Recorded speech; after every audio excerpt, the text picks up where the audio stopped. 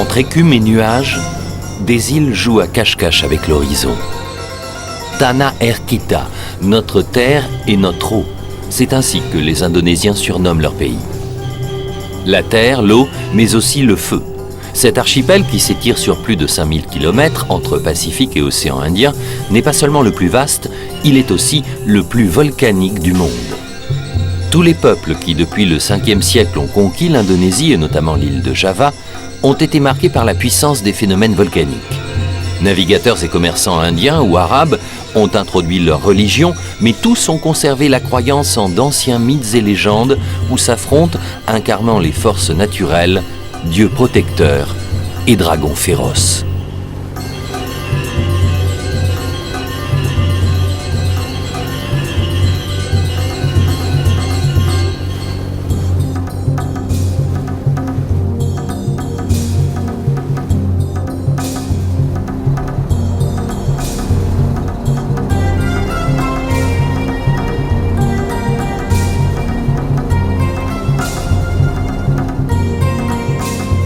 Sur les 500 volcans que compte l'Indonésie, 128 sont encore en activité. Chacun d'eux est sous surveillance. Certains, jugés plus dangereux ou imprévisibles, sont cependant l'objet d'une attention toute particulière. Igan, volcanologue, se rend régulièrement dans le détroit de la Sonde entre Java et Sumatra afin d'étudier le volcan sans doute le plus mythique d'Indonésie, le Krakatau. Au mois d'août 1883, le Krakatau, endormi depuis plus de 2 siècles, entre à nouveau en activité. Le 27 août, l'éruption à son paroxysme provoque un raz-de-marée gigantesque. La vague, qui atteint 40 mètres de hauteur, propulse un gros navire à 3 km à l'intérieur des terres. Une partie importante du volcan s'effondra, créant une immense caldeira aussitôt occupée par l'océan. En compagnie d'Igan, nous approchons d'une île. Elle est située exactement à l'endroit où se tenait le cratère de l'ancien Krakatau.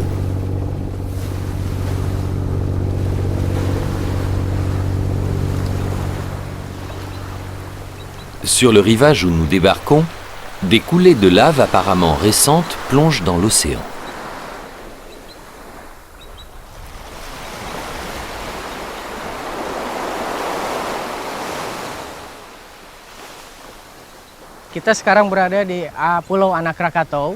Nous sommes sur l'île de l'Anak Krakatau. L'île est née après la spectaculaire éruption de 1883. Après cette explosion, le volcan est resté calme pendant quelques dizaines d'années. Puis en 1929, un autre volcan, plus petit, a surgi de la mer. On l'a appelé Anak Krakatau, le fils du Krakatau.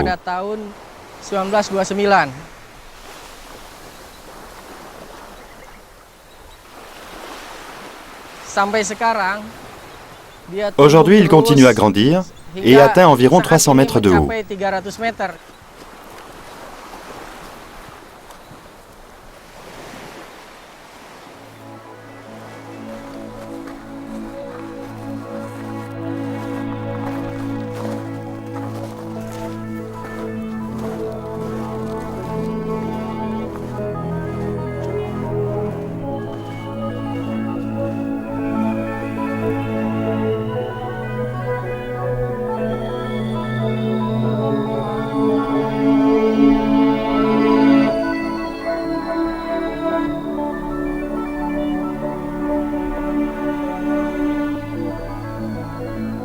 Arrivé à mi-pente, pendant qu'Igan examine quelques morceaux de lave provenant de la dernière éruption, nous pouvons mesurer du regard la taille de l'ancien volcan. Gigantesque, les 2/3 du Krakatau disparurent dans l'éruption et l'île de Rakata, pourtant distante de plusieurs centaines de mètres, ne représente qu'une partie du flanc sud du cratère.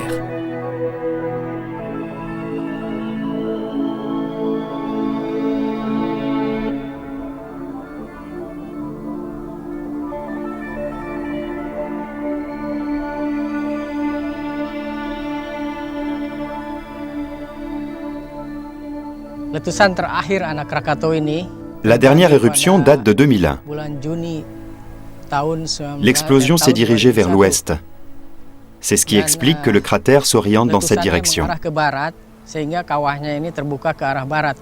C'était des explosions de type strombolien et elles ont duré de janvier à juin 2001. Depuis, l'Anak Krakatau est à nouveau calme. On ne relève que quelques émanations régulières de soufre.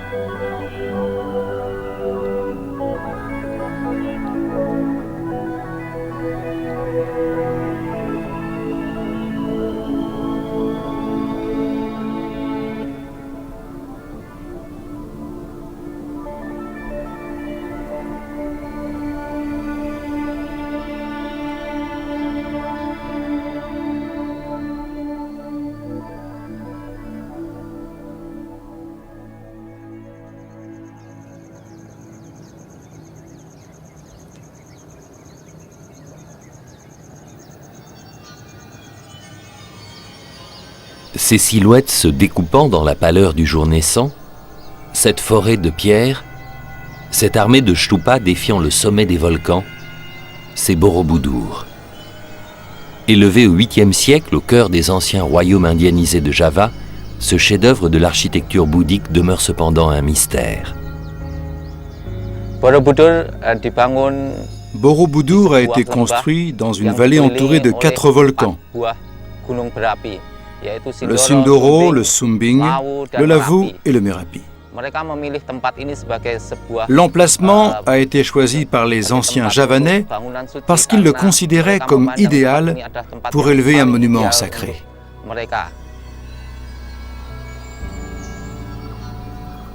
Constitué d'une base carrée de 123 mètres de côté et de 3 terrasses circulaires, Borobudur est inspiré des Shtupas de l'Inde et constitue comme Angkor ou Pagan un haut lieu de spiritualité.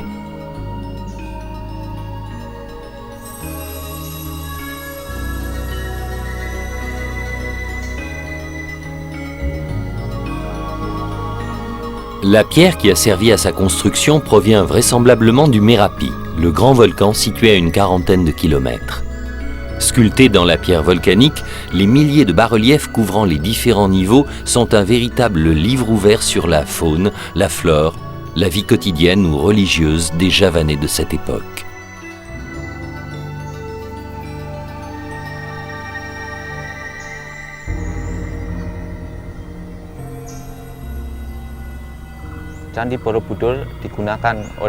Le temple de Borobudur a été actif à partir du 8e siècle. Au 9e siècle, il y a eu une violente éruption du Merapi.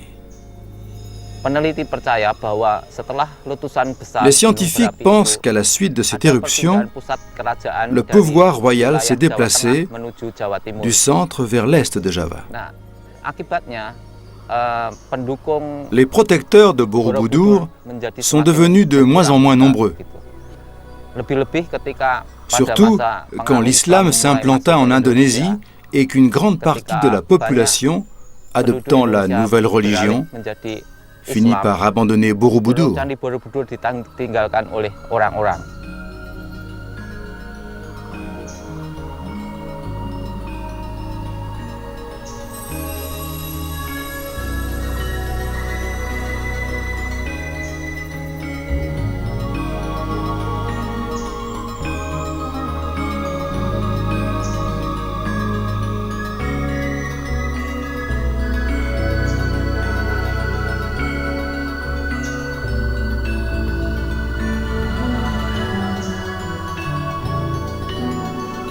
Situé entre les pentes du volcan Merapi et les rivages de l'océan Indien, Yogyakarta, la capitale culturelle javanaise, marie avec bonheur et harmonie le modernisme et la tradition.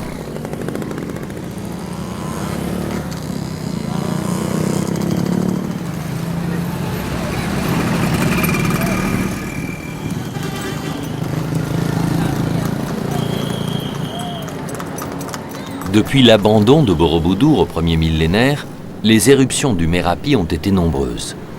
Mais les hommes, oubliant les colères du volcan, reviennent toujours plus nombreux sur les terres qu'ils fertilisent. À Yogyakarta, près de 500 000 habitants sont directement menacés par le Merapi. Avec une vingtaine d'éruptions en moyenne par siècle, c'est le plus dangereux des volcans indonésiens. Ceci explique la présence sur ces pentes de plusieurs stations de surveillance. Des sismographes enregistrent en permanence le pouls du monstre endormi. Ces informations sont envoyées à l'Institut de volcanologie de Yogyakarta, qui centralise toutes les données.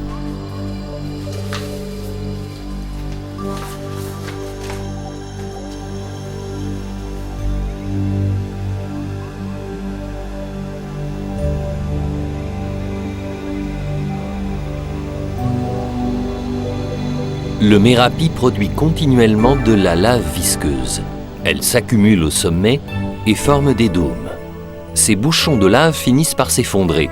On assiste alors à des avalanches incandescentes, à des nuées ardentes de gaz qui dévalent à grande vitesse les pentes du volcan. Parfois, ils explosent brusquement, provoquant de gigantesques panaches de cendres.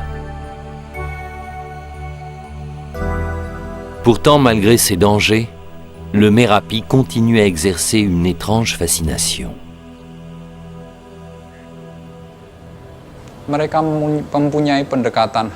Les habitants qui vivent auprès du Merapi ont tissé des liens sentimentaux avec le volcan, alors que notre approche à nous est avant tout scientifique. Cependant, je pense qu'ils ont, autant que nous, le souci de se protéger en cas d'éruption, de faire en sorte que les conséquences ne soient pas trop dramatiques. Finalement, notre but est le même.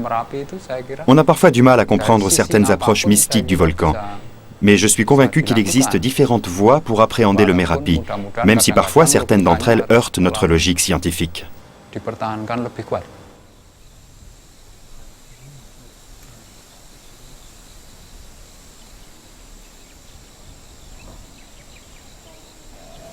Musulmane, Yogyakarta n'a cependant pas rompu le fil qui la relie aux anciennes religions javanaises.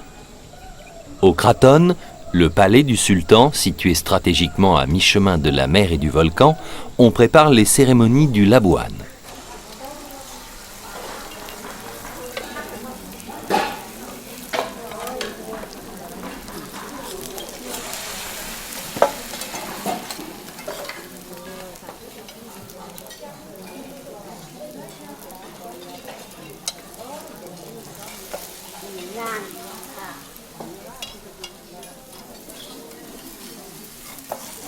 Pour les Javanais, le Merapi, c'est le symbole de la verticalité.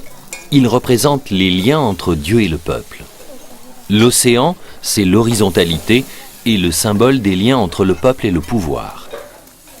Alors chaque année, les cérémonies du Labuan s'attachent à honorer les liens unissant, selon la légende, le sultan au Merapi et à Ratu Kidul, la reine des mers du Sud. Seules les femmes appartenant à la famille du sultan sont admises au gynécée du palais afin de cuire, assistées de leurs servantes, les gâteaux qui seront apportés en offrande au volcan et à l'océan. La tradition veut que la masse de farine utilisée soit équivalente au poids du sultan. Une fois cuits, les gâteaux représentent ainsi symboliquement le corps du souverain.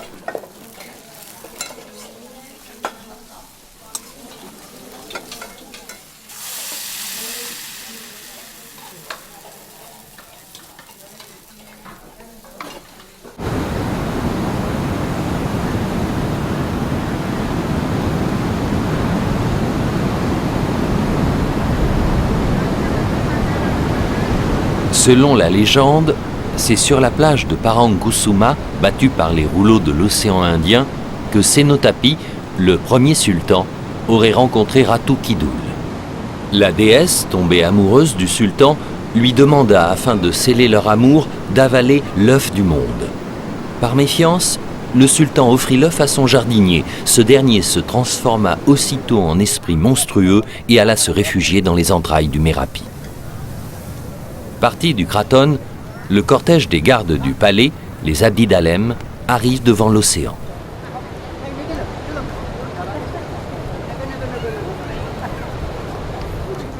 Les offrandes sont disposées sur des paniers de bambou lestés de pierre.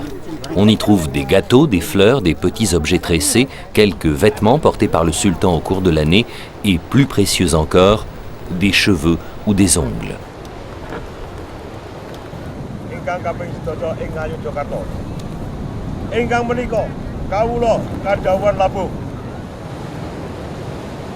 Toutes ces offrandes sont autant d'amulettes de porte-bonheur. Ceci explique que la mise à l'eau s'accompagne le plus souvent d'une empoignade amicale entre les gardes et la population.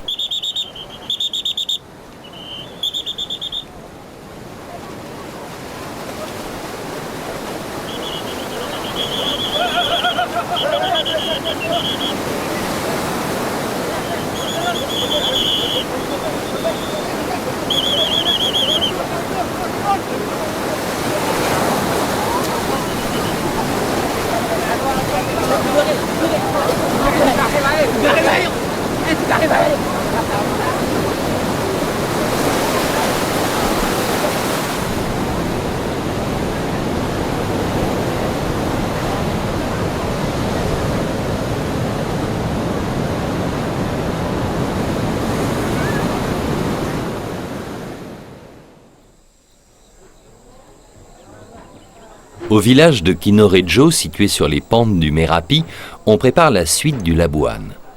Danses et musiques traditionnelles animeront le village jusqu'au petit matin, qui marquera le départ de la procession.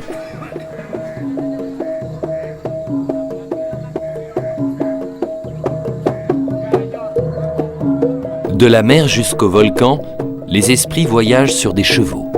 C'est cela qu'exprime tout d'abord le Jatilan, la danse des chevaux.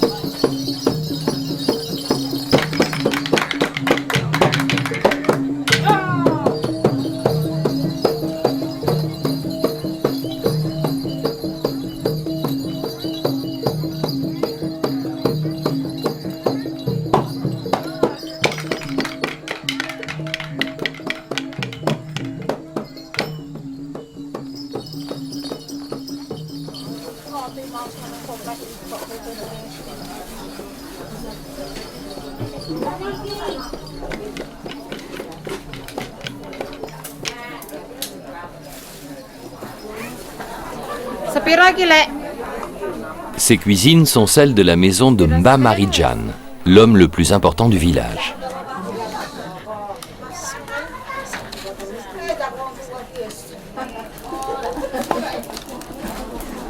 À plus de 80 ans, Marijan est le gardien des clés du volcan, le Juru Kunci, littéralement celui qui ouvre.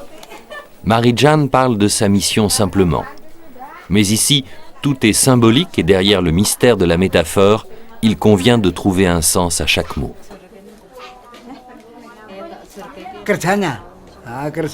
Mon travail est particulier. Comme j'habite ici, tout près du Merapi, normalement, si je ne suis pas occupé par autre chose, si je n'ai rien d'autre à faire en même temps, alors je monte sur le chemin et une fois que je suis là-haut, je nettoie si je peux.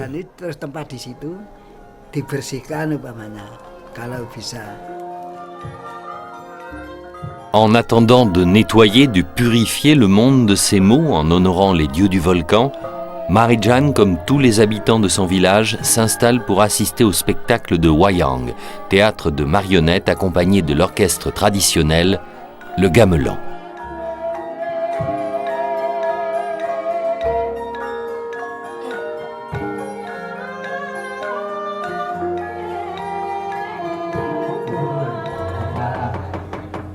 Découpées dans de la peau de buffle, peintes de couleurs vives rehaussées à la feuille d'or, les marionnettes du Wayang représentent les personnages de l'épopée indienne du Ramayana.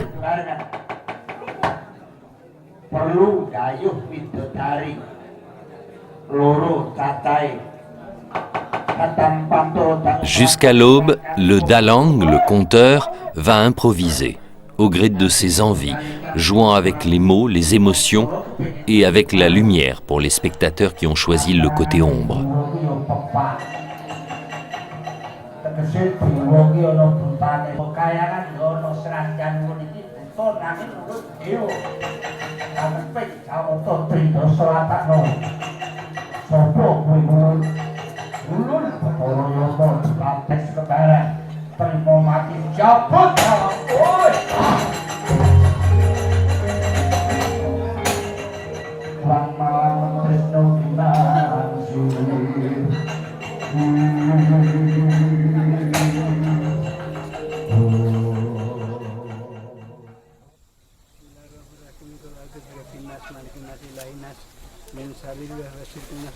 Au petit matin, les percussions du gamelan se sont tues.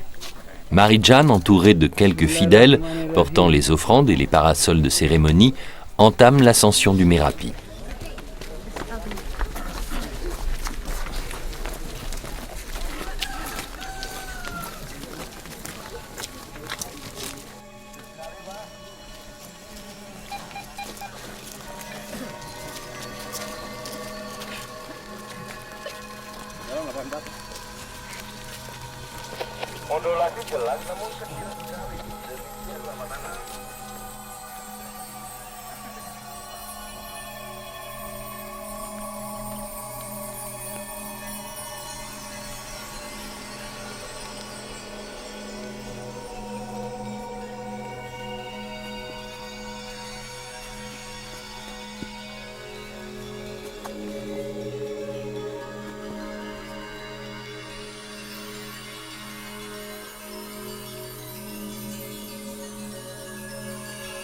Craignant peut-être de ne pas pouvoir suivre le rythme soutenu de l'ascension, certains participants ont choisi de passer la nuit près du petit temple où doit se dérouler la cérémonie.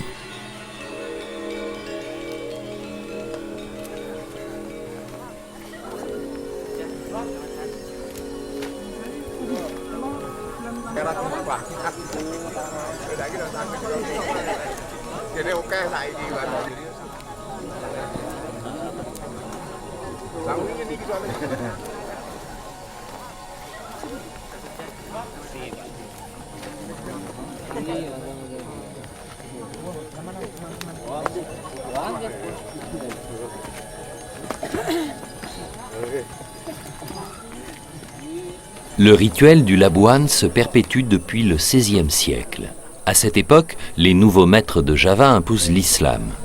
Mais par sagesse ou conviction, ils décident de conserver certaines croyances plus anciennes. 5 siècles plus tard, en participant au labuan, le petit groupe de fidèles regroupés autour de Marie-Jeanne est sans doute toujours convaincu que le Mérapi est le siège de forces occultes et que les prières du gardien des clés du volcan ne pourront que les apaiser.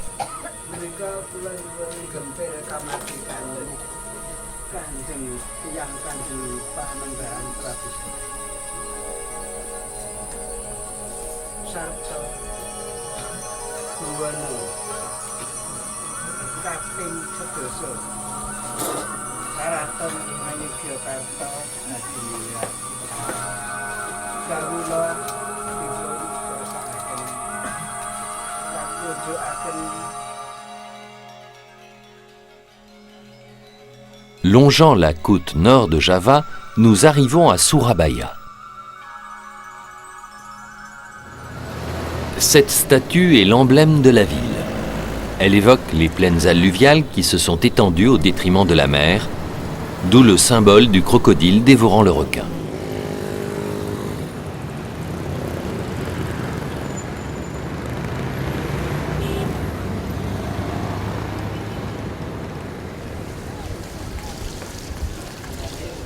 Surabaya est une terre d'échange, où se conjuguent les influences bouddhiques et arabes. La ville resta longtemps un port relais pour le commerce des épices. Importées des îles Moluques, où elles étaient cultivées en abondance, les précieuses épices étaient acheminées jusqu'à Surabaya. Chargées sur les boutres des marchands arabes, elles rejoignaient le Proche-Orient puis l'Occident.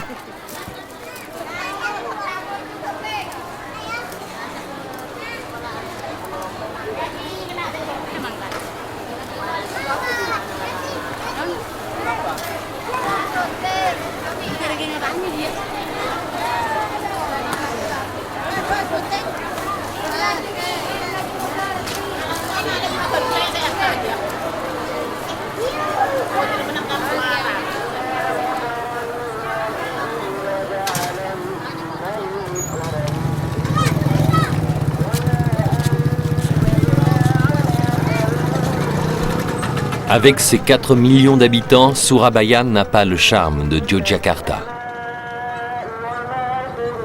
Elle constitue avant tout le point de départ vers les plus beaux volcans de l'est de Java.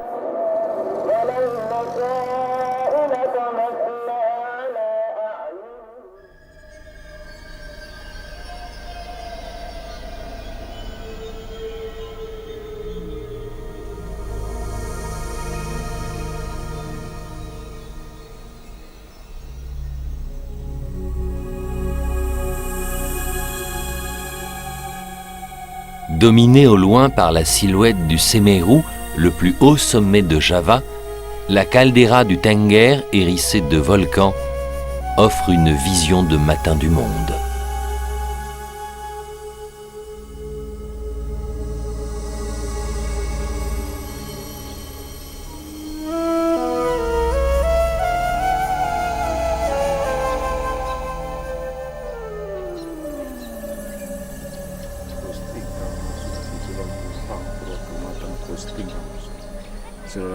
Chassés lors de l'islamisation de Java, les Tengger, hindouistes, ont trouvé refuge au cœur de cette région aussi éblouissante qu'inaccessible. Ils sont aujourd'hui près de 40 000 à vivre de l'agriculture et à pratiquer la religion de leurs ancêtres. Mêlant l'hindouisme aux croyances locales, les Tengger accordent au volcan et notamment au Bromo une place toute particulière.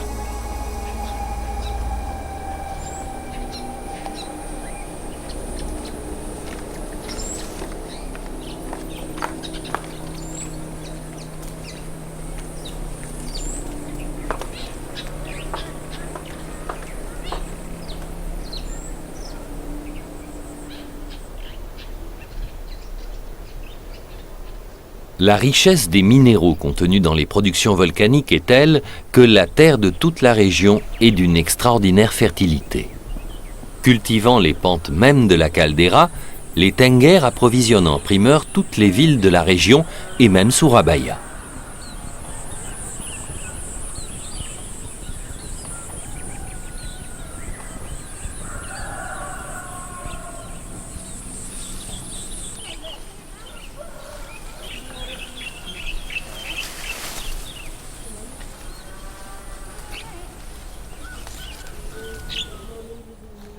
Semorolavang est le chef spirituel de son village. À ce titre, il est très attaché au respect des traditions Tengger.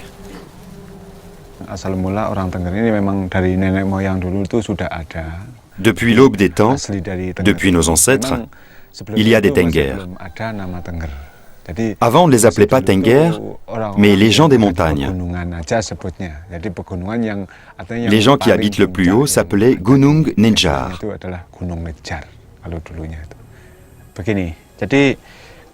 Si on dit que l'ethnie Tengger est différente des nombreuses autres ethnies vivant en Indonésie, c'est parce que tout au long de l'histoire de ce pays, les Tengger ont réussi à préserver leur identité, leur caractère originel.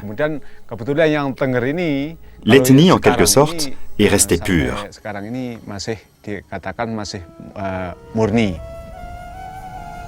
La plus importante des croyances Tengger s'exprime chaque année lors des cérémonies du Kesodo.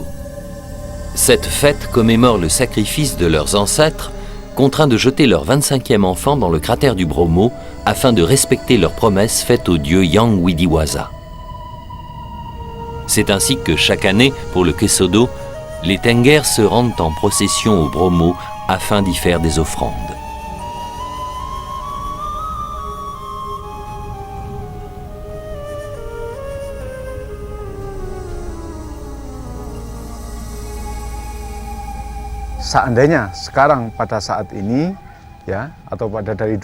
Aujourd'hui, comme autrefois, quand des gens meurent dans cette région, dans le pays Tengger, leur esprit monte au cratère du Bromo.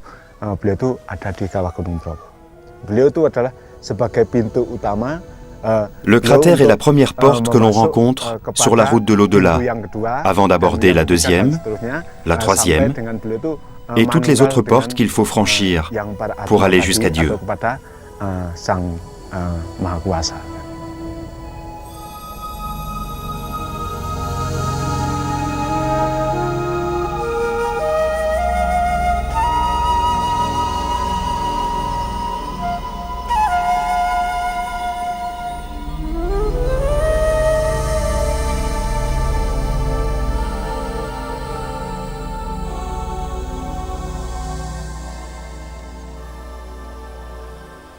Avant de quitter Java pour Bali, nous prenons la direction de la province la plus orientale de l'île. Les cultures maraîchères des Tenggers ont cédé ici la place au traditionnel paysage de rizières en terrasse.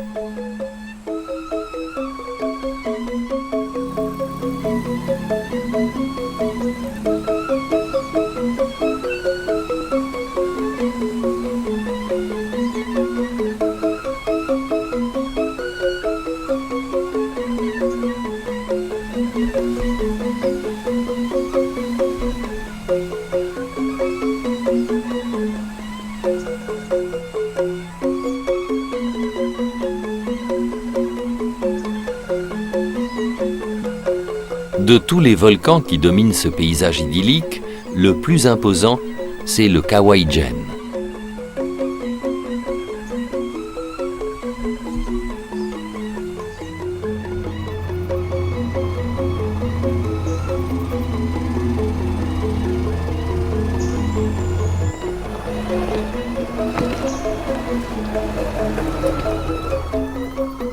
Les hommes que nous avons rencontrés au Bromo ou au Merapi honoraient ces volcans parce qu'ils voyaient en eux l'empreinte des dieux. Ceux que nous allons croiser sur les pentes du Khao Yai le font pour des raisons infiniment moins poétiques. Simplement pour gagner leur vie.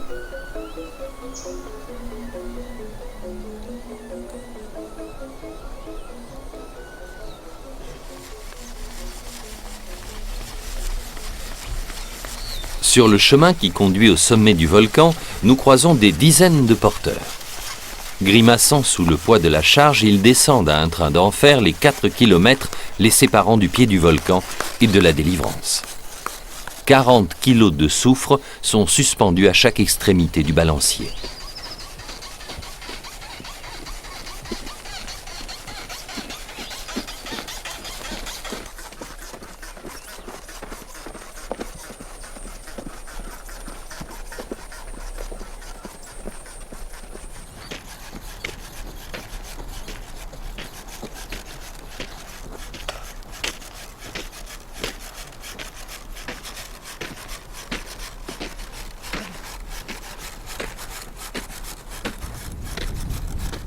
Depuis le sommet, nous découvrons l'immense cratère d'où s'échappe une épaisse colonne de fumée. C'est là, dans cet enfer, que les hommes cassent les blocs de soufre à l'aide de baramines. Conduites à la surface dans des canalisations, les vapeurs acides se condensent avant de se cristalliser en s'écoulant à l'air libre.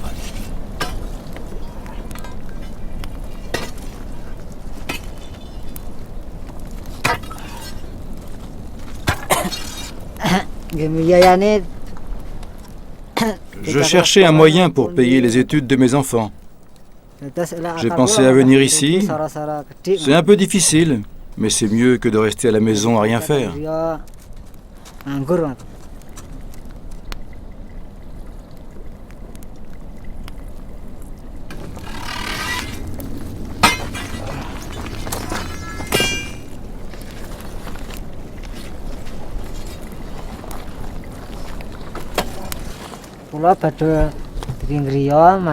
Le matin, je pars de la maison. Je m'arrête à Jambu. Là, je prends le camion jusqu'à Paldunding. Après, je marche jusqu'ici. Je casse le soufre. Quand j'ai ramassé environ 10 blocs, je prends les paniers. Ils pèsent environ 60 kilos.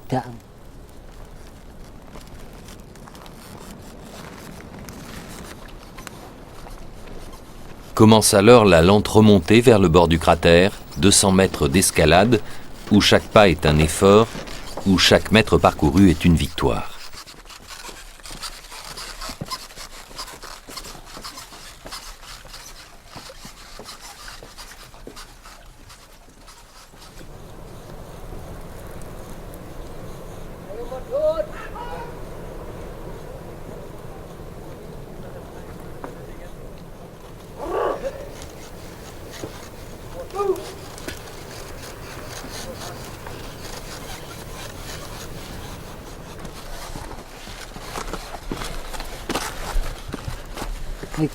Pour descendre dans le cratère, je ne m'arrête pas.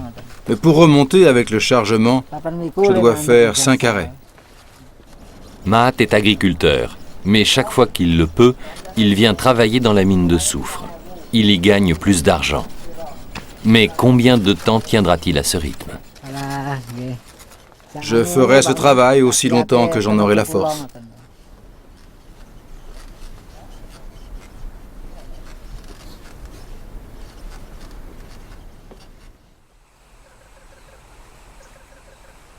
Seul un étroit bras de mer sépare Java de Bali. Cependant, en le franchissant, nous pénétrons à l'intérieur d'un autre monde. Ce qui distingue Bali de sa voisine, ce ne sont pas tant les paysages assez similaires, mais les hommes et les croyances qu'ils portent en eux. Lorsqu'au XVe siècle, l'islam s'impose à Java, une partie de la population composée de prêtres, de nobles ainsi que d'artistes se réfugie à Bali. Ils y imposent l'hindouisme tout en conservant la pratique du culte des anciens implanté depuis longtemps dans l'île.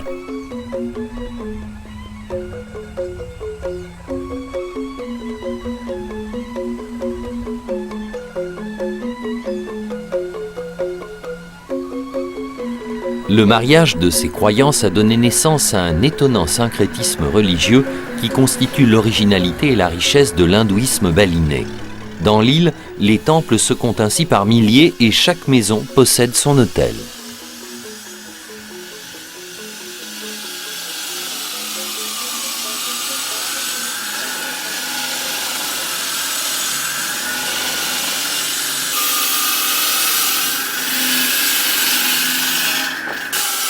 La plupart des édifices religieux sont construits avec de la pierre de lave, découpée et travaillée au préalable par les tailleurs de pierre.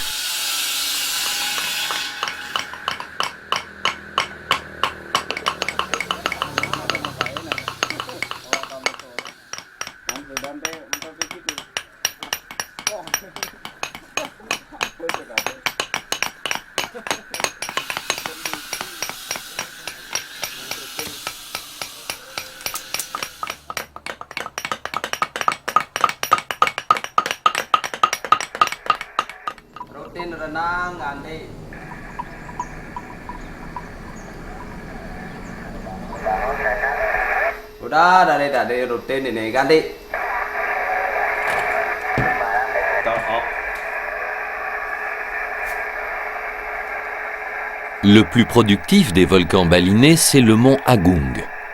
Dominant l'est de l'île, il est comme ses cousins javanais sous haute surveillance depuis 1963. Cette année-là, après un siècle de sommeil, il s'est brutalement réveillé, causant la mort de 1148 personnes.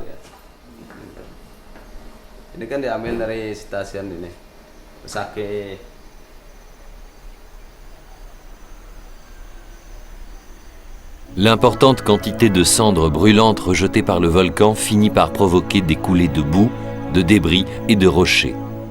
Ce sont elles qui ont enseveli la plupart des victimes.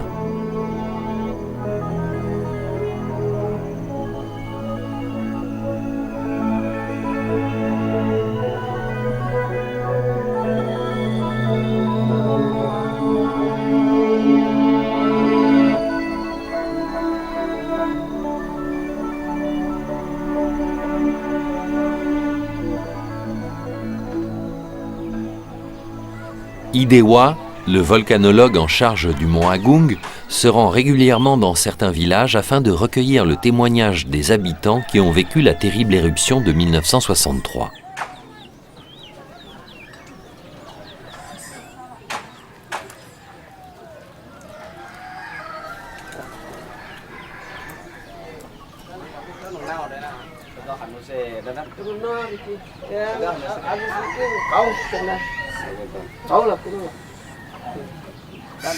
Saya ciri-ciri Gunung Agung kalau meletus enggak Pak Uning? Engke ciri-ciri itu Pak. Cirinya Pak, kena anus keblus-keblus pengentan tahu-tahu ben nanti yang meletus semangan iki barak gunungnya pun. Oh, gunungnya barak pun. Pun. Ben. Bukan akhirnya iya aja api Pak. Aspatuh ini Pak. Iya api di gunung-gunungan ini. kelihatan juga ya lagi api barang ya. Ada ini pas gas letus Gunung Agung ada anus gede kan. Anus gede tiang pulas Pak cuman kerabu nokin anus takut kin anus kan tak bunuh. Nabi kan nabi batu-batu riki Pak biasa. Ke riki hujannya ke riki. Oh ada hujan batu. Hujan awan. Hujan awan. Di Sidumun tuh hujan awan, kedua hujan batu, ketiga anus nih kinabun gitu. Riki arti lah karing lodang, berarti anusnya ngajena gitu. Oh gitu. Maniki ya gitu. Nah, artinya ane urogan iki entar piran urogan. Enten urogan ya tengah ki urogan. Dan maksudnya ada yang rumah urogan. Oh, rumah urogan di kemantan di latang no mantan. Oh, di latang rumah urogan.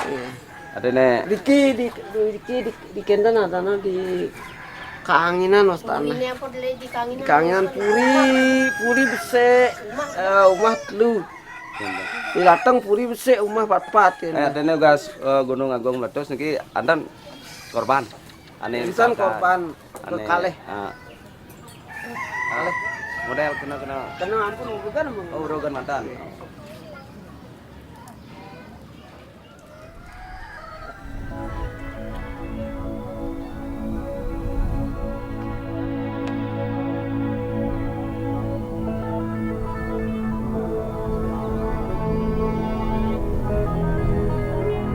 Les destructions liées à l'éruption du mont Agung ne touchèrent pas seulement les villages situés sur ses flancs.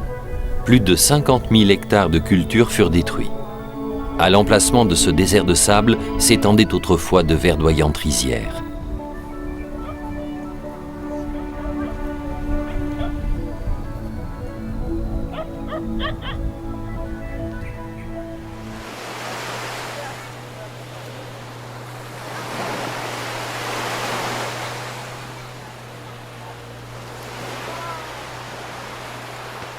Changement de décor. Au village d'Ahmed, les praos colorés sont alignés sur la grève en attendant le départ.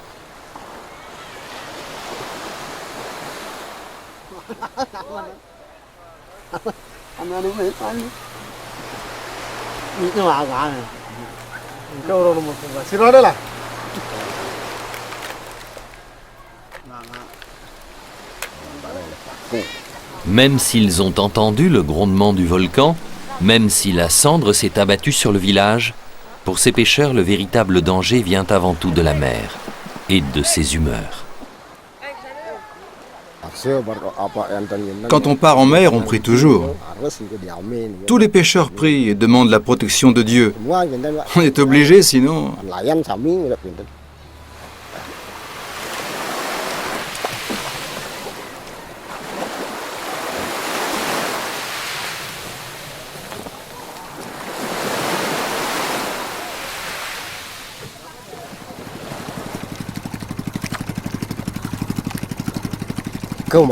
Nous autres, les pêcheurs, on n'a peur de rien.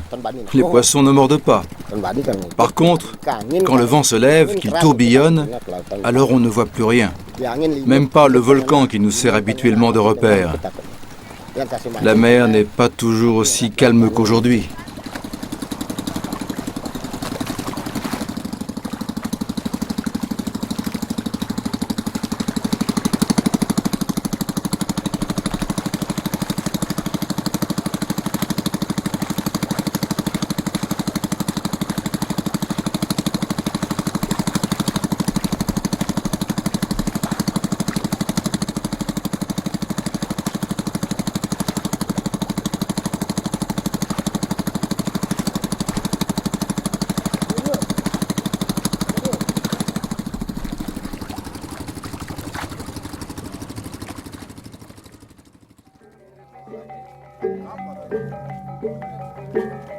Célébration de l'anniversaire d'un temple, cérémonie de crémation, les occasions d'apercevoir une procession traversant la campagne balinaise sont quotidiennes.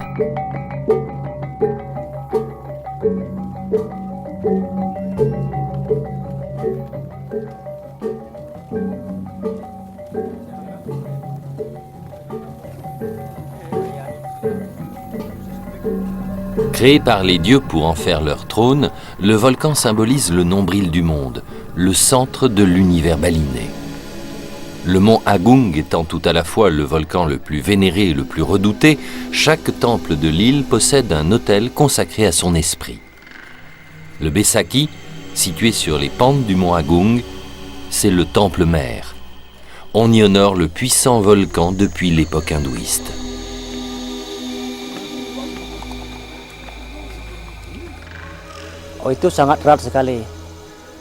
Les liens entre le temple et le volcan sont très étroits, parce que dans notre religion hindouiste, la montagne abrite la demeure sacrée de nos ancêtres.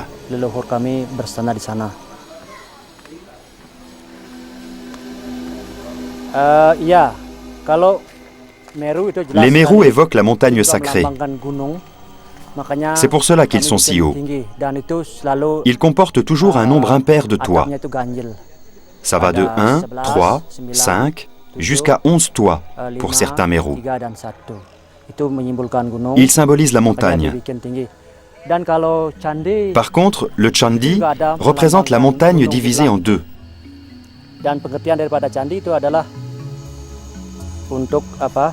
Son rôle est d'empêcher les forces négatives de pénétrer dans le temple.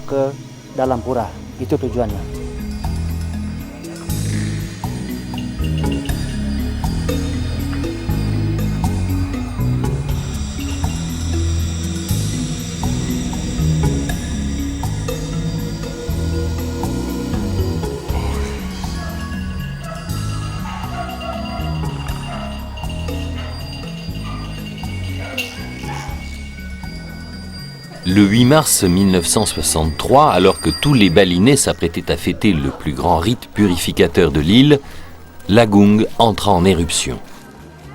Un tapis de cendres recouvrit toute l'île mais épargna le Besakhi.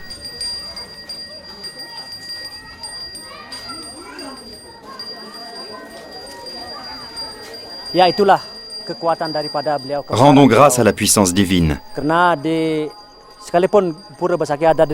Bien que le temple soit situé sur les pentes du volcan, les dieux ont été cléments avec nous et avec le temple Besakhi. Et la lave s'est écoulée vers l'est, vers Karandasem. Pour nous qui sommes vraiment très croyants, cet endroit est hautement symbolique.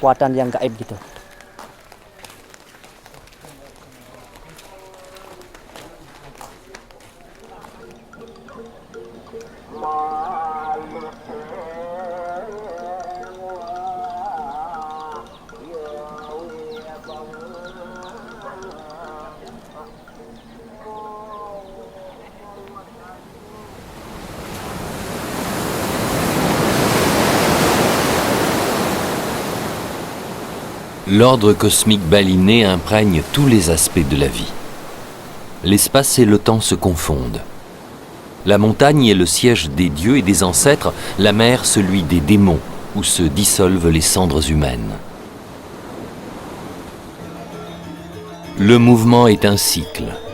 De même que l'eau de mer s'évapore et revient en pluie, les âmes retournent au réservoir et se réincarnent.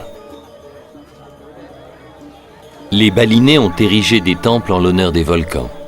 Pour maintenir cet équilibre, ils en ont consacré d'autres aux divinités de la mer.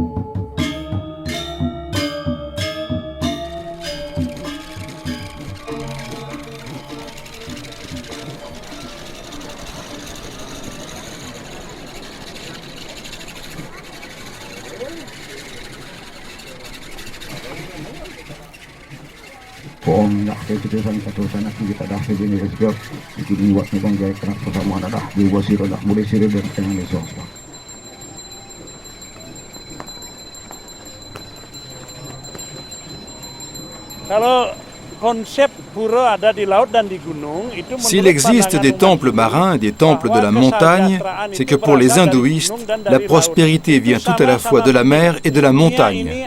Ils sont aussi importants l'un que l'autre. Dans ce monde, il y a toujours deux choses qui vont ensemble. L'homme et la femme, la montagne et la mer, le bon et le mauvais. Pour les hindouistes, les dieux résident généralement dans les montagnes. La mer est le centre des fléaux. Et c'est pour cela que les hindouistes prient la mer pour les neutraliser, pour qu'ils ne s'introduisent pas dans leur vie. À la montagne, ils demandent la fertilité et à la mer qu'elle retienne ces fléaux.